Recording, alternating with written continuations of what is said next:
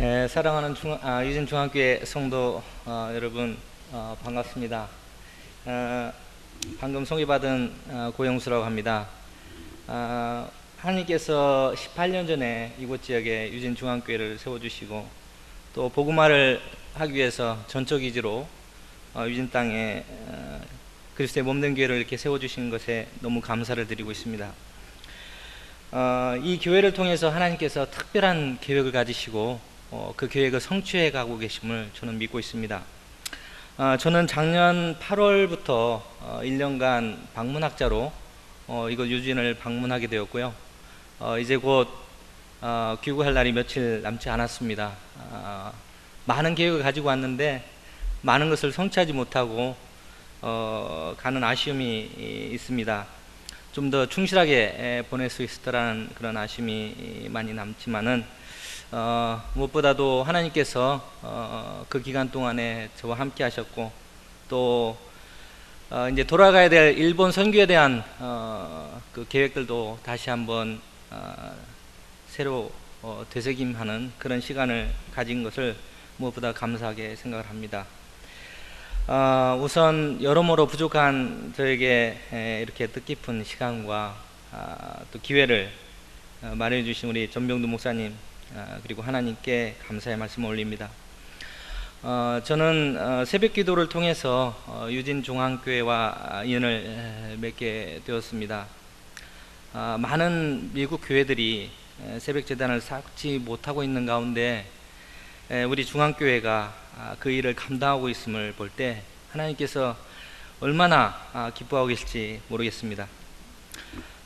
저 개인적으로 새벽 기도는 우리의 육신의 그 연약함을 그리스도께 복종을 시키고 또 하루의 첫 시작을 하나님 앞에 의탁함으로써 예수님께서 우리를 위하여 십자가에 피 흘리시고 찢기시고 우리의 모든 죄를 사하는 그런 구원의 은혜와 그 다음에 사흘 만에 부활하심으로 사단의 권세를 무력화시킨 그 놀라운 하나님의 그 나라의 일을 우리가 더 깊이 깨달을 수 있는 귀한 시간이라고 생각을 합니다.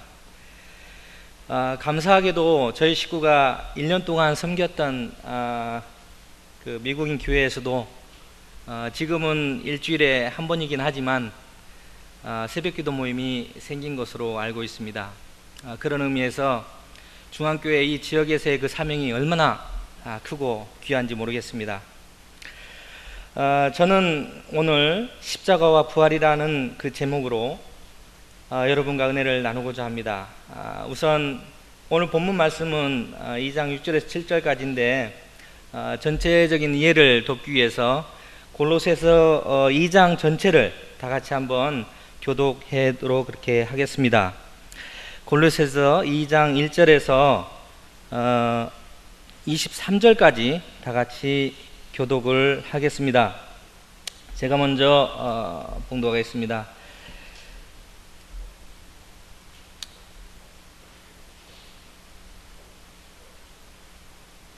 내가 너희와 라오디아에 있는 자들과 무릇 내 육신의 얼굴을 보지 못한 자들을 위하여 어떻게 힘쓰는 것을 너희가 알기를 원하노니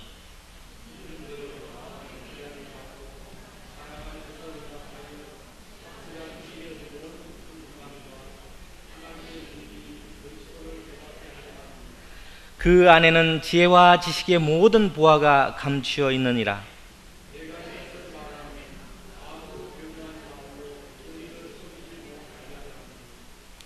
이는 내가 육신으로는 떠나 있으나 심령으로는 너희와 함께 있어 너희의 규모와 그리스도를 믿는 너희 믿음에 굳은 것을 기쁘게 봄이라.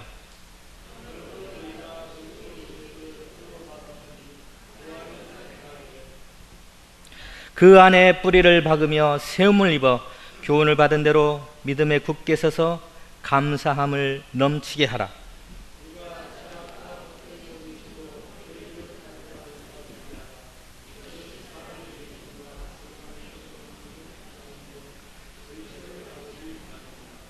그 안에는 신성의 모든 충만이 육체로 거하시고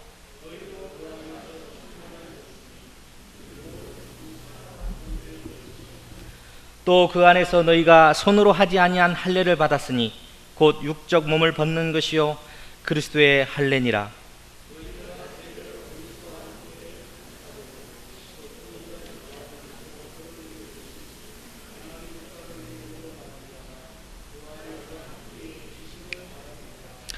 또 너희의 범죄와 육체의 무할례로 죽었던 너희를 하나님이 그와 함께 살리시고 우리에게 모든 죄를 사하시고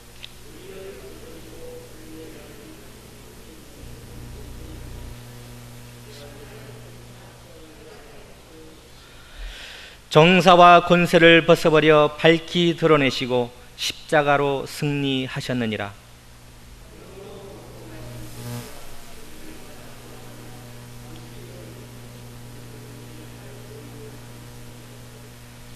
이것들은 장래일의 그림자이나 몸은 그리스도의 것이니라.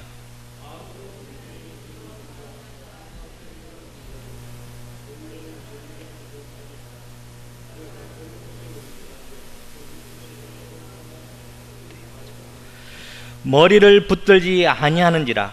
온 몸이 머리로 말미암아 마디와 힘줄로 공급함을 얻고 연합하여 하나님이 자라게 하심으로 자라느니라.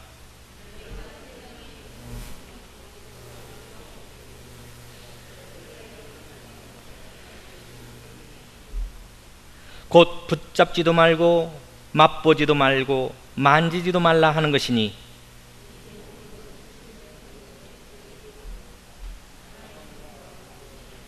다 같이 이런 것들은 자의적 숭배와 겸손과 몸을 괴롭게 하는데 지혜 있는 모양이나 오직 육체 쫓는 것을 금하는 데는 유익이 조금도 없느니라. 오늘 같이 교독한 이 골로새서 2장 말씀은 골로새 교회를 세운 바울의 제자 에바브라가 그 당시에 골로새 교회의 그 층태에 들어오고 있는 이단 사상에 대해서 자기 힘으로는 도저히 어떻게 할 수 없음을 깨닫고 자기의 스승인 바울을 찾아서 로마 감옥에까지 가서 도움을 요청을 한 데 대한 바울이 그에 대한 답변의 형식으로 골로새 교회에 쓴 편지의 한 내용입니다.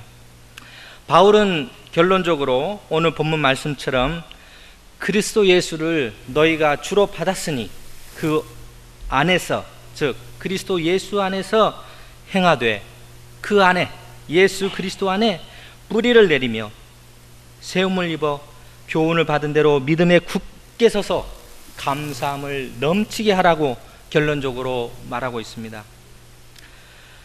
한마디로 예수가 십자가와 부활 사건을 통해서 우리 인생의 모든 문제를 다 이미 해결해 놨으니 더 이상 이단 사상에 흔들리지 말고 오직 예수 그리스도만을 붙들라라고 하는 그런 권면의 말씀입니다. 그런데 우리가 신앙생활 할 때 흔들릴 때가 참 많이 있지 않습니까? 사업에 실패를 했다든지 아니면 진학에 실패를 했다든지 사랑하는 가족을 잃었을 때 그 슬픔은 말로 다 할 수 없겠죠. 그런데 이 모든 문제들은 육신적인 문제이고 또 한편으로는 하나님께서 그러한 시련을 통해서 우리의 신앙을 더욱더 돈독하게 하고 튼튼하게 하는 그런 과정일 수도 있기 때문에 믿음으로 이겨낼 수 있는 문제라고 생각이 됩니다. 하지만 하나님의 말씀을 변질시키거나 하나님의 말씀을 잘못 해석을 해서 우리의 믿음이 송두리째 흔들릴 수 있는 그런 문제가 있게 되면 그야말로 심각한 상황이 됩니다. 지금 한국 땅에 많은 잘못된 성경 해석과 또 변질된 그런 하나님의 말씀을 가지고 교회를 세워서 운영하는 그런 이단 조직들이 많이 있는 걸로 알고 있습니다. 지금 시대적 상황과 오늘 본문에서 본 이 골로새 교회 지역에서 당시에 있었던 이 이단 사상이 만연했던 그 시대적 상황과 정도의 차이는 있을지 몰라도 크게 다르지 않으라고 생각이 됩니다. 과연 그때 당시에 어떻게 이단 사상이 만연되었는지 오늘 본문 말씀을 통해서 간단하게 몇 가지로 요약을 해서 보기를 원합니다. 첫 번째로 유대인의 그 율법주의였습니다. 이 사상은 우리가 구원을 받기 위해서는 이스라엘 백성이 하나님으로부터 받았던 그 모세를 통해서 받았던 그 율법을 하나하나 다 지켜야만이 구원을 받는 것으로 알고 있습니다. 그래서 2장 11절에 보니까 할례를 받을 것, 그리고 2장 14절에 제사의식을 지켜야 할 것, 그리고 2장 16절에 보니까 음식이나 절기까지 반드시 지켜야만 하나님께서 구원을 해주신다라고 이렇게 잘못 가르치고 있습니다. 그렇지만 여러분, 율법은 어떤 의미를 갖고 있습니까? 율법은 그 자체는 아무런 생명이 없는 것입니다. 다만 율법을 통해서 우리는 하나님의 그 존재를 깨닫고 하나님 앞에 나아가기 위한 그런 수단과 도구에 불과한 것이지, 율법을 지켰다고 해서 구원을 받고 율법을 어겼다고 해서 구원을 못 받는 그런 차원의 문제가 아니지 않습니까? 그런데 유대인들은, 지금도 유대교의 사람들은 이 율법을 얼마나 중요시하는지를 모릅니다. 둘째로는 천사 숭배 사상이었습니다. 이 사상은 천사를 인간보다 더 나은 존재로 여깁니다. 그래서 인간이 하나님을 직접 예배하는 것은 이건 교만한 것이다. 어떻게 하나님 앞에 우리가 나갈 수 있느냐. 그래서 중보자인 천사를 앞에 내세워서 천사를 숭배해야만 하나님 앞에 나갈 수 있다라는 그런 잘못된 사상을 그때 당시에 가르치었습니다. 그러나 히브리서 1장 14절에 보니까 모든 천사들은 부리는 영으로서 구원 얻을 후사들을 위하여 섬기라고 보내심이 아니뇨라고 말씀하고 있습니다. 즉, 천사는 우리를 섬기는 존재이지 우리가 섬겨야 될 그런 존재가 아님을 분명히 합니다. 또 골로새서 2장 18절에 보는 것처럼 그들은 환상이나 꿈, 자신들이 체험한 것을 너무나 중시한 나머지 중보자로서 예수님의 그 대속사역을 정면으로 부정합니다. 그리고 19절 말씀처럼 그들은 예수를 머리로 인정을 안 합니다. 오직 자신들의 체험과 그 다음에 어떤 영성과 환상을 가지고 모든 것을 하나님과 교제를 하려고 합니다.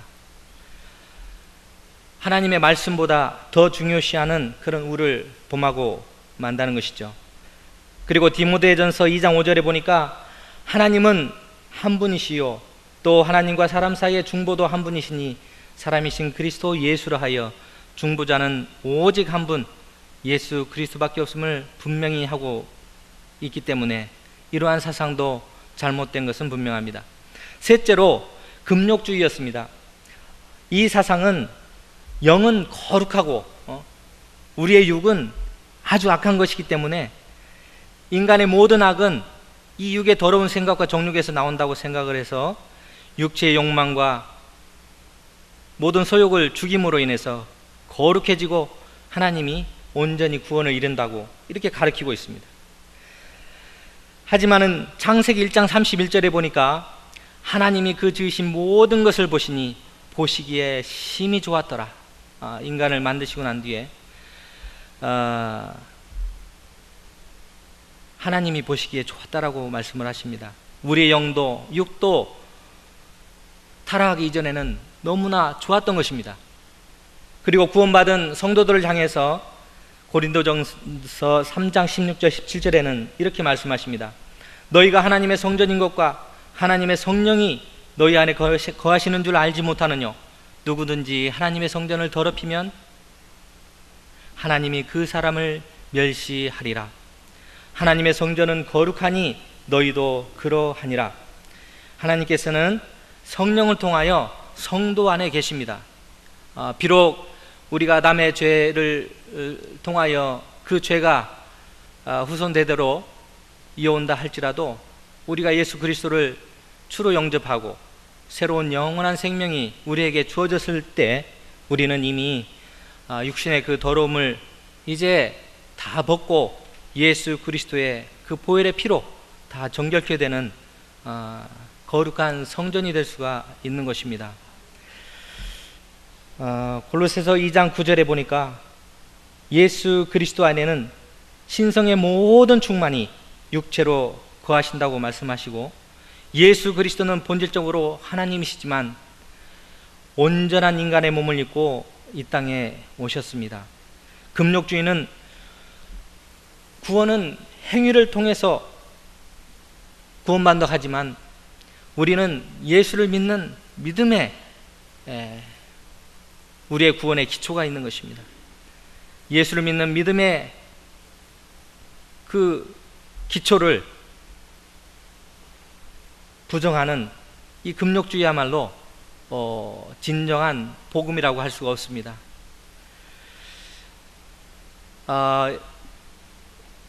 지금까지 말씀드린 이 세 가지 이단 사상은 골로새 교회에 만연되었던 대표적인 사상들인데, 공통적으로 예수 그리스도의 그 완전성, 그리고 절대성, 그리고 신성을 철저히 부인한 데서부터 출발합니다.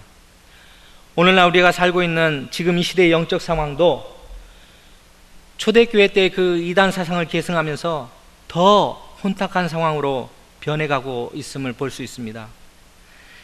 기독교뿐만 아니라 모든 종교에도 구원이 있다라고 주장하는 종교다원주의, 인간의 이성을 중시하면서 기독교의 초자연적인 이 기초를 부정하는 자유주의 신학, 그리고 인간의 창조론을 부정하는 진화론, 유일신의 존재를 부정하면서 범신론적인 입장을 취하는 뉴에이즈 운동, 진리의 절대성을 부인하며 다양성과 개성을 중요시하는 포스트모더니즘 같은 이런 사상들이 지금 이 시대의 젊은이들을 중심으로 전 세계에 확산되고 있습니다. 그렇다면 왜 우리가 이 복음의 진리에 이 대적하는 이 사상들이 이토록 끊임없이 우리의 믿음을 흔들고 우리를 미혹해 하는 것입니까? 그 배후에는 도대체 누가, 어떤 존재가 있는 것일까요? 성경만이 이 존재에 대해서 폭로하고 있습니다. 바로 옛 뱀이라고도 하고 마귀라고도 하는 이 사단의 존재입니다. 사단에 대해서 모든 것이 밝혀진 것은 아니지만 성경의 기록을 토대로 보면 창조 이전부터 존재했던 것은 분명합니다. 원래 사단은 인간과 같이 하나님에 의해서 피조된 피조물에 불과합니다.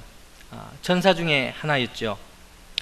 루시엘이라고 하는 천사장이 그 마음에 교만이 들어가서 하나님의 영광을 가로채려다가 하나님에 의해서 그 무리들을 데리고 공중으로 쫓겨납니다. 그래서 루시퍼라고 하는 타락한 이름을 갖게 됩니다. 이때부터 이들은 끊임없이 하나님을 대적하고 하나님의 형상대로 빚은 인간을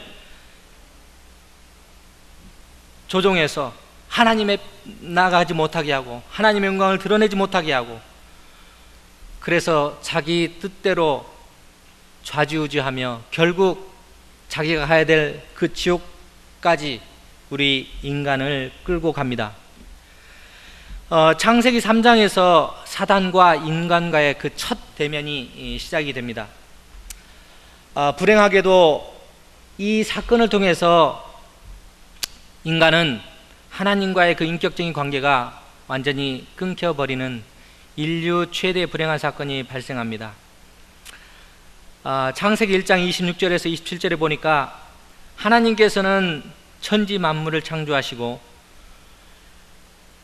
엿새째 날에 당신의 형상대로 남자와 여자를 창조하시고 또 그들에게 복을 주시고 생육하고 번성해서 땅에 충만하라, 그리고 땅을 정복하고 모든 생물을 다스리라는 어마어마한 축복을 우리에게 주셨습니다. 그리고 한 가지 명령을 하십니다. 창세기 2장 16절에서 17절에 하나님이 아담에게 동산 각종의 실과를 마음대로 먹되 선악을 알게 하는 나무의 실과만은 먹지 말라. 그것을 먹는 날에는 정령 반드시 죽으리라 하셨습니다. 선악과는 인간이 하나님에 의해 창조된 사실을 분명히 알게 할 목적으로 창조주와 피조물의 관계를 명백히 나타내는 징표로 하나님이 세우셨던 것입니다. 즉 인간의 모든 자유의지는 하나님과의 그 인격적인 관계 안에서 이루어져야 한다는 사실을 분명하게 아담으로 하여금 알게 하셨습니다. 그런데 창세기 3장에 보니까 이 사단이 뱀으로 가장하여 등장합니다. 그리고 하나님의 명령을 직접 듣지 못한 하와에게 와서 이렇게 묻습니다. 3장 1절에 하나님이 참으로 동산 모든 나무의 실과를 먹지 말라 하시더냐 라고 물으니까 하와가 2절에서 동산 나무의 실과를 우리가 먹을 수 있으나 동산 중앙에 있는 나무의 실과는 하나님의 말씀에 너희는 먹지도 말고 만지지도 말라 너희가 죽을까 하노라 라고 말합니다. 여기서 하와는 하나님께서 반드시 죽는다라고 명령하신 그 말씀을 변질시킵니다. 죽을까 하노라. 반드시 죽는다는 하나님의 그 말씀을 변질시켜서 죽을 수 있나? 안 죽는 건 아닌가? 뭐 이런 믿음이 흔들리기 시작합니다. 그러니까 그 연약함을 알고 뱀이 더 집요하게 공격을 합니다. 하나님의 말씀과는 전혀 상반되는 말을 합니다. 결코 죽지 아니하리라. 결국 하와는 선악과를 먹고 아담에게도 먹게 함으로 둘 다 타락하고 맙니다. 이때부터 죄의 속성을 지닌 우리 인간은 스스로는 하나님 앞에 나갈 수 없는 신분이 되었고 또 공중 권세를 잡은 이 사단은 우리를 지배하게 된 것입니다. 이때부터 아담의 후손으로 태어난 우리 인간은 하나님과의 그 인격적인 관계가 단절됨으로써 우리 힘으로는 도저히 해결할 수 없는 세 가지 문제에 봉착을 하게 됩니다. 첫 번째는 하나님을 떠난 문제입니다. 하나님은 죄가 없으시기 때문에 죄 있는 우리가 하나님과 같이 어울릴 수가 없습니다. 창세기 6장 3절에 보니까 여호와께서 가라사대 나의 신이 영원히 사람과 함께 하지 아니하리니 이는 그들이 육체가 됨이리라 하리라 말씀하십니다. 두 번째 문제는 인간의 죄의 문제입니다.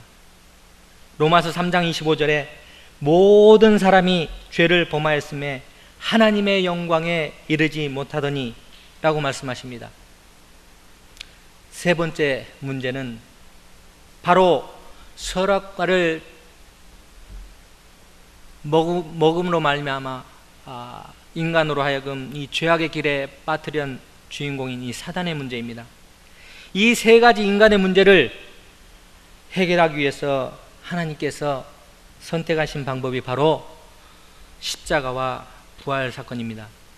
하나님께서는 죄인된 우리 인간을 그대로 내버려 두지 아니하시고 타락한 이유 바로 창세기 3장 15절을 통해서 우리에게 구원의 길을 약속을 하십니다. 오늘 본문 말씀에 바울이 이단 사상으로 어려움을 당한 골로새 교인들에게 제일 먼저 권면한 것이 그리스도 예수를 주로 받았으니 이단 사상에 휩쓸리지 말라고 하십니다. 왜냐하면 십자가와 부활을 통해서 하나님의 능력이 나타났고 인간의 세 가지 문제가 예수님에 의해서 완전하게 해결되었기 때문입니다. 만약에 십자가와 부활이 역사적인 사실이 아니었더라면 우리가 믿는 이 신앙은 아무런 가치가 없을 뿐더러 힘없는 다른 종교와 마찬가지로 그냥 종교 차원으로 전락하고 말 것입니다. 십자가와 부활의 역사적인 사실을 믿는 것은 우리 그리스도인들의 정체성의 토대가 됩니다. 십자가와 부활이 있었기 때문에 우리는 기독교를 인간이 만들어낸 종교가 아니라 살아있는 산신앙으로 받아들일 수가 있게 됩니다. 왜 십자가와 부활이 우리에게 우리의 인생을 180도 바꿀 만큼 엄청난 힘을 발휘하는 걸까요?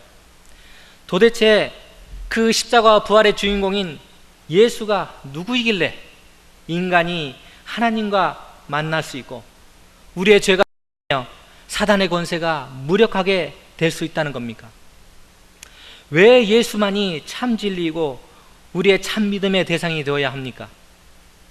우리가 전도를 하다 보면 많은 지성인들을 포함해서 많은 불신자들이 도대체 왜 예수만이 길이냐고 묻습니다.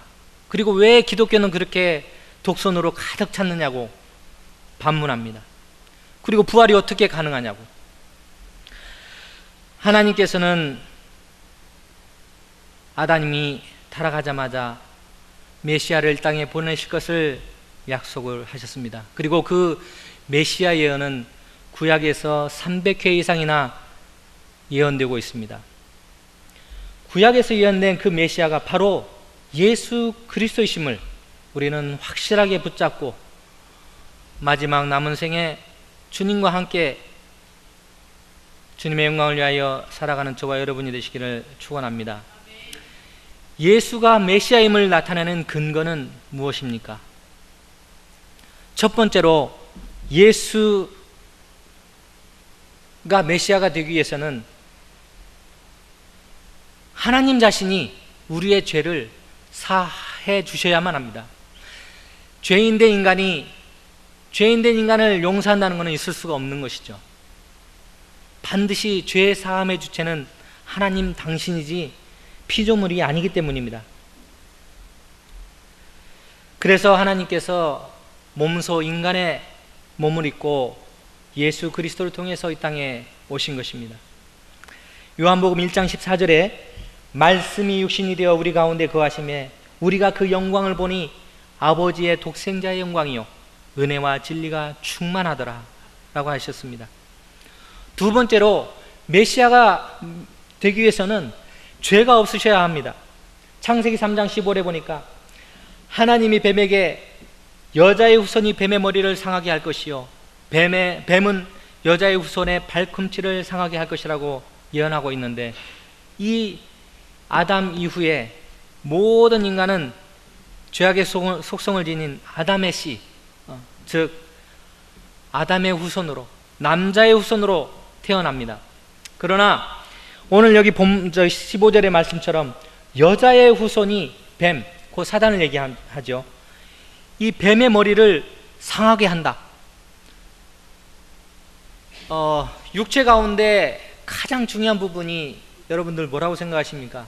이 머리 아닙니까? 이 뇌가 죽으면 우리는 죽은 사람과 똑같죠. 뱀의 머리를 상하게 한다. 거의 무력화시킨다는 의미죠. 누가? 여자의 후손이. 그 여자의 후손이 누구냐? 라는 질문을 하게 됩니다. 남자의 후손이 아니라는 말입니다. 아담의 씨가 흘러내려오지 않는 하나님으로부터 직접 내려온 그 열매가 뱀의 머리를 상하게 한다라고 예언을 하십니다. 그게 바로 예수 그리스도이신 것입니다. 그리고 구체적으로 구약성경 이사야 7장 14절에 이렇게 예언합니다. 주께서 친히 징조로 너희에게 주실 것이라. 보라, 처녀가 잉태하여 아들을 낳을 것이요 그 이름을 임마누엘이라 하라. 이 임마누엘이라는 말은 하나님이 우리와 함께 계신다라는 뜻입니다. 세 번째로, 메시아가 되기 위해서는 죄의 대가로 죄 없는 몸이 피 흘려 죽어야 합니다.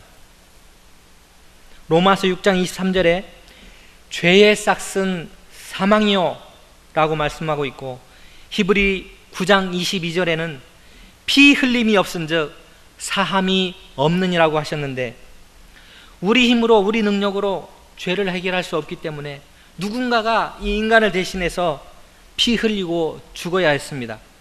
그래서 하나님께서 이 땅에 예수를 육신으로 보내셔서 십자가에서 찢기시고 피 흘리게 하셔서 죽게 하심으로 우리의 모든 허물과 죄가 대속되는 것입니다.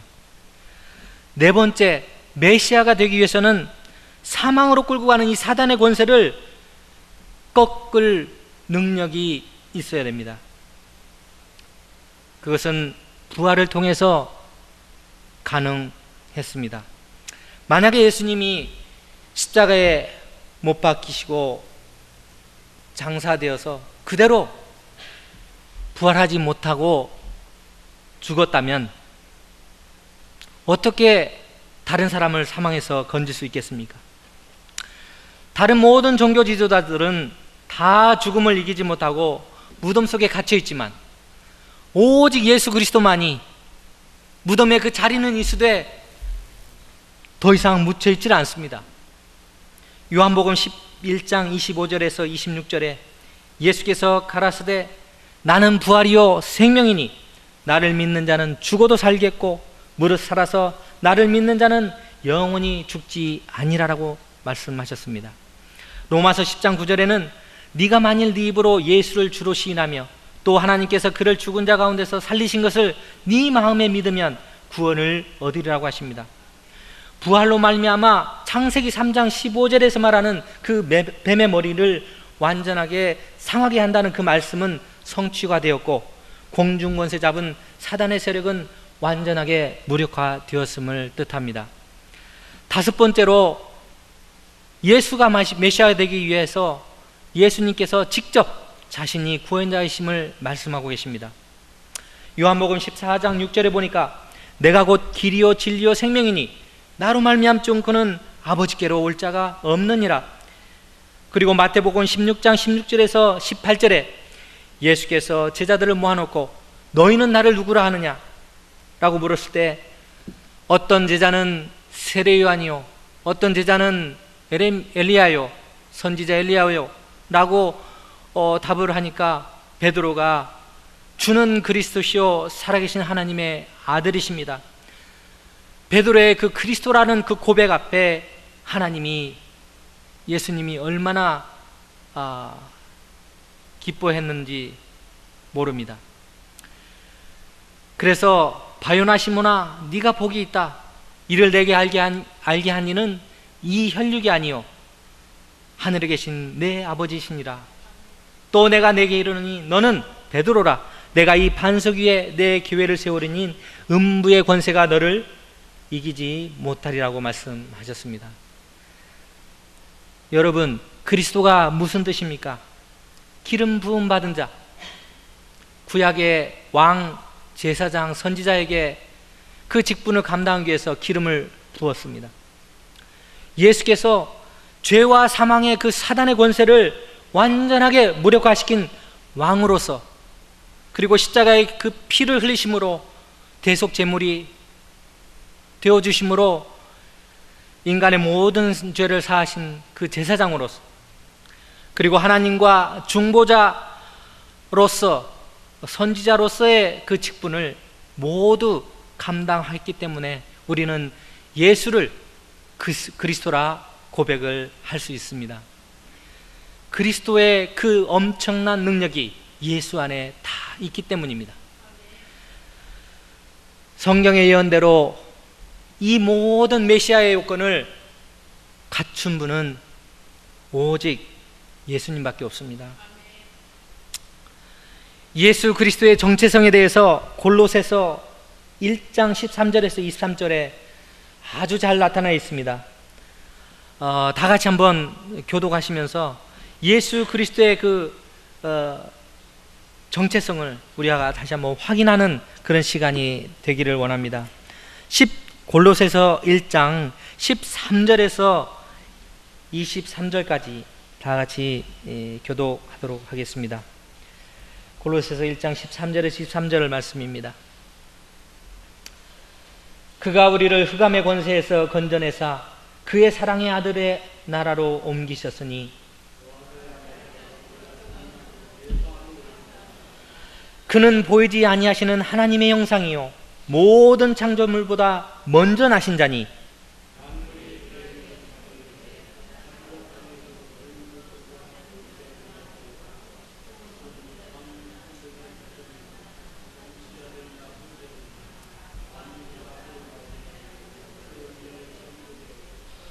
또한 그가 만물보다 먼저 계시고 만물이 그 안에 함께 섰느니라.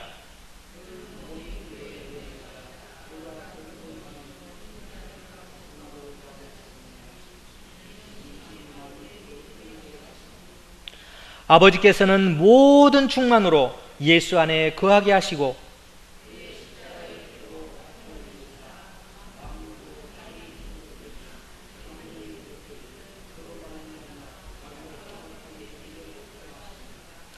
전에 악한 행실로 멀리 떠나 마음으로 원수가 되었던 너희를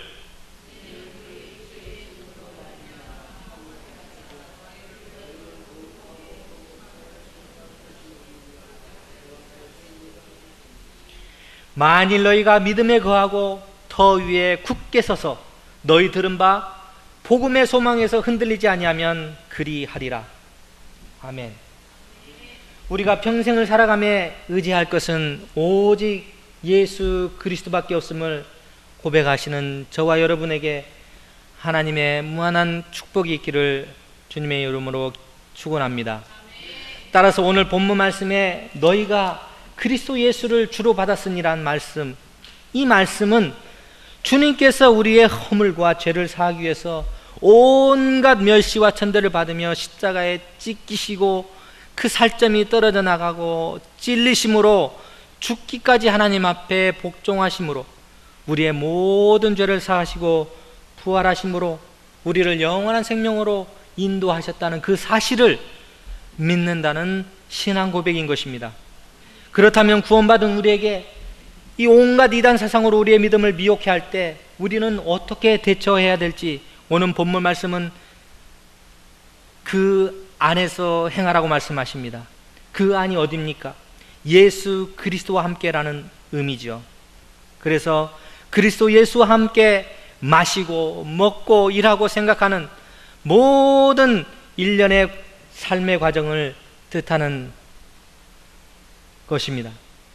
그리고 그 다음에 예수 안에 뿌리를 박으며 세움을 입어 교훈을 받은 대로 믿음에 굳게 서서 감사함을 넘치게 하라. 감사함을 넘치게 하라. 이 감사함을 넘치게 하라는 말 참 쉽지 않은 말일 수도 있습니다. 삶의 시험이 올 때 감사가 되기가 어렵습니다. 하지만 바울은 말합니다. 감사함을 넘치게 하라는 그 말씀은 우리의 성품과는 상관없이 우리가 무엇을 이뤘거나 아니면 이루지 못했거나 아니면 우리가 기도에 무엇이 응답되었거나 응답되지 않았거나 그 모든 것들하고 상관없이 감사할 만한 이유가 있기 때문에 감사가 넘치게 하라고 말씀하시고 계십니다. 그 감사가 넘치게 하는 그 이유가 뭡니까? 우리 안에 예수 그리스도가 계시고 하나님이 우리와 함께 하시고 우리에게 영원한 생명을 보장하신 그 놀라운 사실, 그 사실 때문에 감사가 넘치게 하라는 말씀입니다. 우리 구원받은 자는 하나님을 아버지라 부르죠. 아바 아버지. 이 아버지라고 부를 수 있는 이것만으로도 우리는 충분히 감사할 수 있는 저와 여러분이 되기를 기원합니다. 저는 일본 나라시에 있는 테즈카야마 대학이라고 하는 아주 조그만 대학입니다. 법학부에서 지적재산권법을 가리키고 있습니다. 참고로 나라시는 일본에서 가장 오래된 도읍지입니다. 우리나라로 말하면 경주와도 같은 도읍입니다. 그래서 그 옛날에 백제 사람들이 일본으로 건너와서 많은 기술과 많은 문화와 또 사상들을 가지고 일본의 그 나라, 일본의 일반이라고 하는 그 나라를 구축해 놓은 그런 아주 초대 국가였습니다. 나라라고 하는 그 말 자체도 우리나라의 나라를 뜻합니다. 그런데 한 가지 안타까운 것은 우리 조상들이 그 훌륭한 문화와 기술을 일본에 이렇게 전수한 것까지는 좋았는데, 하나님이 그토록 싫어하는 우상을 숭배하는 이방 종교, 불교 문화를 일본에 전수했다는 사실입니다.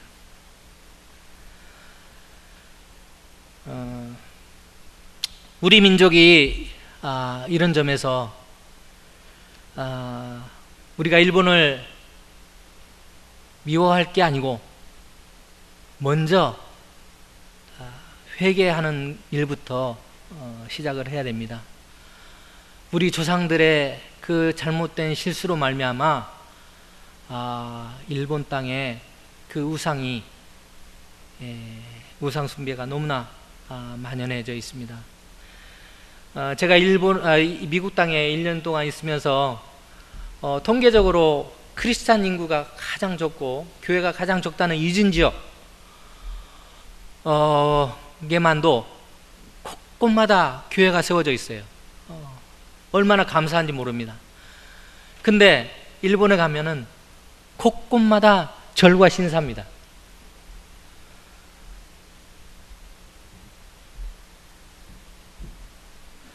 영적인 불신앙의 그 뿌리가 너무나 깊은 일본 땅입니다.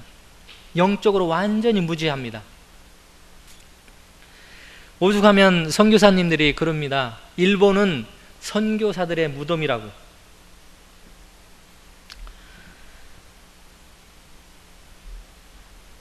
(1억 2천만의) 인구 중에 아까 목사님께서 말씀하셨지만 1%보다도 더 적습니다.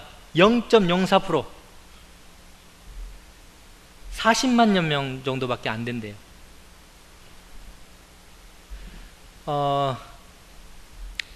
보통 한 교회의 성도수가 35명 정도 된다고 합니다. 그리고 그게 중견교회예요. 일본에서는 그나마 견실한 교회로 쳐줍니다.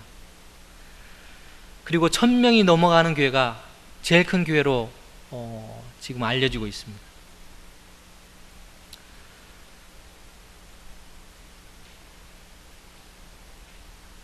여러분, 일본은 저 개인적으로는 참 좋아하기가 매우 힘든 나라입니다. 근데 하나님께서 일본 땅을 향하여 아주 특별한 계획을 갖고 계신 것을 많은 그 점을 들어서 저는 느끼고 있습니다. 우선 문화적으로요, 일본의 문화는 우상 문화이기 전에 그들이 최고의 그 가장 오래된 역사서라고 하는 고사기라고 하는, 일본말로는 고짓기라고 하는데, 그 고짓기의 그 내용을 보면 창세기의 그 내용과 매우 흡사한 내용들이 쭉 전개가 됩니다. 그리고 일본의 그 마쓰리, 1년에 그 절기에 맞춰서 축제를 마을 단위로 이렇게 하는데요. 그 마쓰리에 하는 그 행사에 사용되는 모든 의뢰나 그 물건들이 이게 히브리 문화와 아주 매우 밀접한 관계가 있습니다. 그런데 그 마쓰리의 의미가 하나님을 찬양하는 그런 의미를 갖고 있는데 그들은 몰라요. 모르면서 그냥 막 마쓰리를 하는 거예요. 그 유대인들이 일본에 와서 보고 놀래요. 자기네 문화하고 너무나 흡사한 게 많아가지고.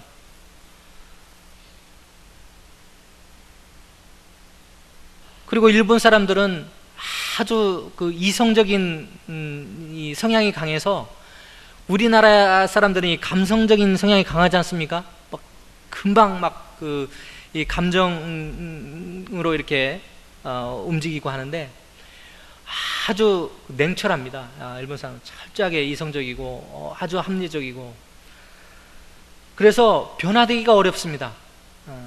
근데 한번 변화되면 이건 변화가 더 안 됩니다. 한번 변화되면. 그래서 저는 희망을 갖고 있습니다. 일본 사람들이 그렇게 고지식하고 그렇게 완고하고 그렇게 이성적이지만 복음으로 변화되면 아마 세계 복음화가 일본 민족을 통해서 이루어지지 않을까라고 믿을 정도로, 그 변화된 삶의 그 태도라는 것은 놀랍습니다. 그래서 저는 개인적으로 일본 사람들의 그 크리스찬 신앙을 온돌 신앙으로 표현하고 싶어요. 온돌이 대표지기 전까지 시간이 많이 걸리지 않습니까? 근데 한번 대표지면 식기가 어려워요. 그 온돌에 불을 지펴야 되는 그 과정 중에 있습니다. 근데 일본 자체 내에서는 쉽지 않습니다.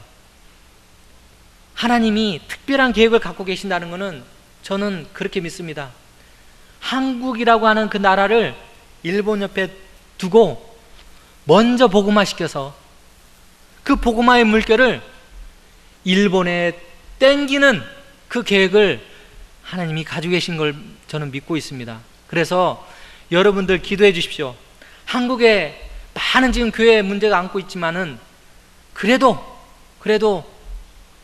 선교 제2의 대국이고 많은 교회가 있고 또 크리스찬 문화가 있지 않습니까?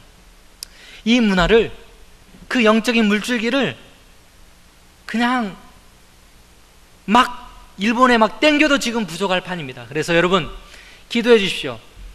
한국 교회와 일본 교회가 협력해서 이 복음 사역이 더 활성화될 수 있도록. 비록 여러분들은 미국에 몸이 있지만 우리는 기도를 통해서, 오늘 사도 바울이 골로새 교회를 직접 세운 것도 아니지만 기도로 그들과 만나고 그들에게 편지로 권면했던 것처럼 여러분들도 비록 미국 이국 땅이지만 얼마든지 기도로 후원해 줄 수 있을 줄 믿습니다. 그리고 경제적으로 일본은 세계 제1의 경제대국입니다. 얼마 전까지만 해도. 지금은 중국에 밀렸습니다만은. 그리고 제1위의 채권국입니다. 다시 말하면 돈이 제일 많다는 얘기예요. 뭐 돈이 많은 게 자랑이 될 수는 없지만 선교하는 입장에서는 얼마나 많은 가능성을 가지고 있습니까? 얼마나 많은 도움을 줄 수가 있겠습니까? 그리고 국제적으로도요, 일본에 대한 호감도가 우리만 일본을 싫어하지 세계 제2위랍니다. 세계 많은 나라 사람들이 일본을 굉장히 좋게 평가하고 있어요. 이곳 유진 지역만 해도 일본어를 하는 사람, 일본을 좋아하는 미국 분들이 너무나 많아요. 저는 놀랬습니다. 이러한 호감도, 이 모든 것들이 하나님의 특별한 계획이 아니겠습니까? 여러분, 일본은 지금은 우상 숭배에 찌들어서 하나님을 등한시하고 하나님을 등지고 있지만 언젠가 하나님이 다시 오실 그날 이전에 하나님이 일본에 복음의 불길을 쏟아부어서 반드시 일본 땅을 변화시킬 줄 저는 믿고 있습니다. 일본이 세계 선교를 할 수 있는 또 한 가지 그 능력은, 일본의 그 기술은 엄청납니다. 제가 그 통계를 좀 알아보니까요, 일본 총무성 2009년도에 과학기술조사연구소 연구 보고서에 의하면 일본이 자기네 나라 그 기술을 해외에 수출한 그 액과 해외로부터 기술을 도입한 액, 그거를 이렇게 비교해서 기술 수출액을 기술 도입액으로 나눈 그 비가요, 퍼센테이지가 3.77. 그러니까 기술을 수입해 온 것보다 기술을 수출한 그 배가 비율이 3.7배 정도 된다고 합니다. 이게 한국의 몇 배인 줄 아십니까? 9배입니다. 9배. 한국은 0.41이에요. 그러니까 기술을 도입한 거하고 기술을 수출한 거하고 기술을 도입한 게 더 많아요. 그리고 그 소재 산업, 물건을 만들 때 가장 그 기초로 필요로 하는 그 물질 있잖아요, 소재. 그 소재 분야는 더 격차가 심합니다. 일본이 6.7인데 반해서 한국은 0.07입니다. 무려 96배나 됩니다. 이 엄청난 기술력을 가지고 있어요, 일본이. 인구 대비로는 3대 1에 불과하지만 기술력과 자본 규모와 그들의 인성과 모든 인프라가 세계 선교를 위한 충분 조건을 가지고 있는 그런 나라임을 저는 믿고 있습니다. 제가 열거한 이 정도만 가지고도 일본은 특별한 나라가 분명합니다. 그리고 세계 선교의 역량을 이미 갖추고 있는 나라입니다. 일본 땅에도 십자가와 부활신앙의 기초를 둔 교회가 일본 전 지역에 세워질 수 있도록, 그리고 그 일을 감당할 수 있는 제자가 세워질 수 있도록, 그리고 한국과 일본의 그 교회가 서로 협력해서 세계 복음화에 크게 기여할 수 있도록 여러분 기도해 주시기를 바랍니다. 자, 다 같이 기도하겠습니다. 사랑 많으신 하나님 아버지, 예수 그리스도의 그 십자가의 보혈의 피로 우리를 구원하신 주님의 은혜에 감사드립니다. 부활의 능력을 통하여 우리에게 영생의 길을 열어주신 하나님을 찬양합니다. 오늘날 우리를 위협하는 이단 사상을 포함한 잘못된 사상으로 우리의 믿음이 흔들리지 않도록 우리를 주 예수 그리스도 안에서 늘 붙들어 주시고 늘 깨어서 주님께 기도하는 저희들 되게 하여 주옵소서. 십자가와 부활을 통하여 완전하게 승리하신 믿음을 가지고 모든 일에 감사가 넘쳐나게 하여 주옵소서. 18년 전에 하나님의 특별한 계획을 가지시고 이곳에 유진중앙교회를 세워주심을 감사합니다.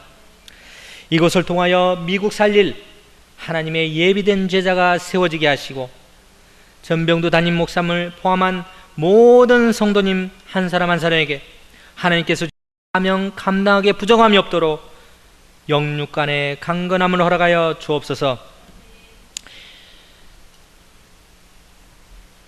그리스도 예수의 풍성한 은혜를 날마다 더하여 주셔서 예수 그리스도의 크고 놀라운 비밀을 날로 깊이 깨닫는 저희들 모두가 되게 하여 주옵소서. 800만 귀신을 섬길 정도로 우상 숭배가 심한 일본 땅에 영적 각성이 일어나게 하시고 마지막 시대에 일본 땅을 변화시킬 하나님의 특별한 계획을 이루어 주시기를 간절히 원하오며 우리 주 예수 그리스도의 이름으로 기도드리옵나이다. 아멘.